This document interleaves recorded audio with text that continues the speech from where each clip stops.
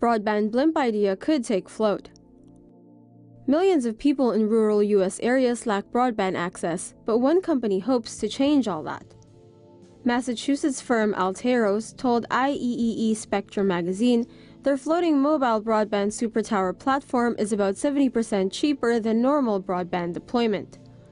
Floating at 250 meters, an autonomous aerostat carrying antennas and receivers is connected to a ground station by 3 tethers. One of these sends power and data to it. The supertower is able to observe weather conditions and reorient itself accordingly.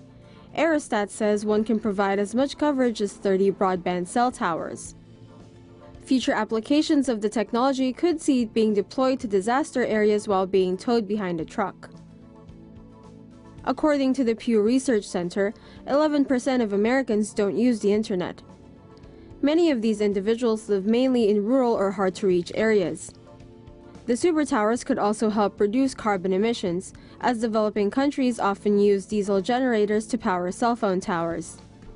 According to Altaeros, a supertower powered by a generator can provide coverage to an area that would require 20 to 30 generators if covered by cell phone towers. Did you know 4 billion people have no internet? Broadband in space.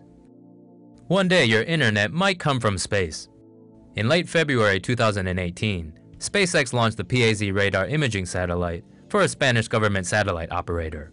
Also on board were 2 of their demo satellites, dubbed Microsat-2A and Microsat-2B.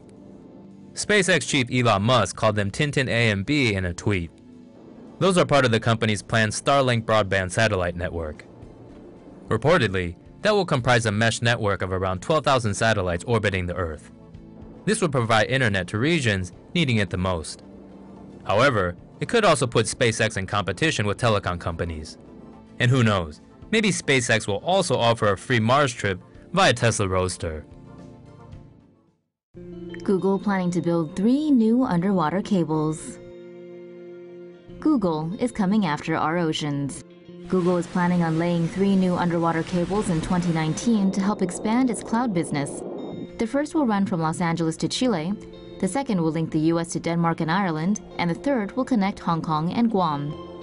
Laying these new cable systems will help Google develop its cloud services in Latin America, the North Atlantic, and the Pacific region and Australia. Google now has direct investments in 11 cables that are planned or under construction. Here's a question. If these cables are supposed to help Google's cloud services, why are they being laid underwater? Something smells fishy. Laying down some million-dollar cable. Southern Cross Cable Network says it will begin the construction of a $350 million submarine cable after finding a more efficient route across 15,000 kilometers of seabed. The Southern Cross Next subsea cable route will connect Sydney, Auckland, and Los Angeles through the Wallis and Fortuna waters. Subsea cables handle 99% of data traffic sent around the world. That includes internet usage, phone calls, and text messages. Underwater cables are faster than satellite transmission by up to 8 times. The cables are much thicker near shore because they can be easily damaged in shallow waters by ships and sharks.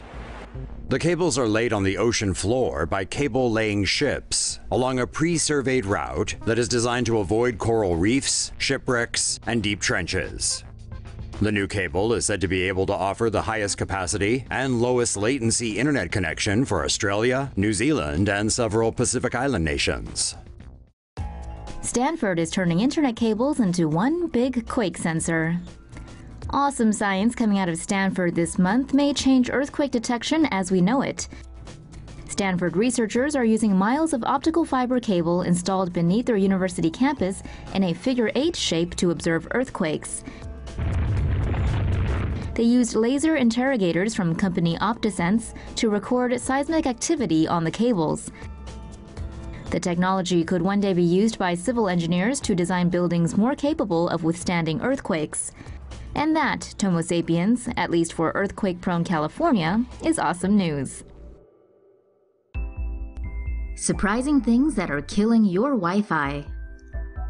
A UK survey has found that a whole bunch of people are sabotaging their own internet connections by positioning routers in all the wrong places. An unexpected item that can slow down your Wi-Fi are Christmas lights, which create a small electromagnetic field that can interfere with the signal.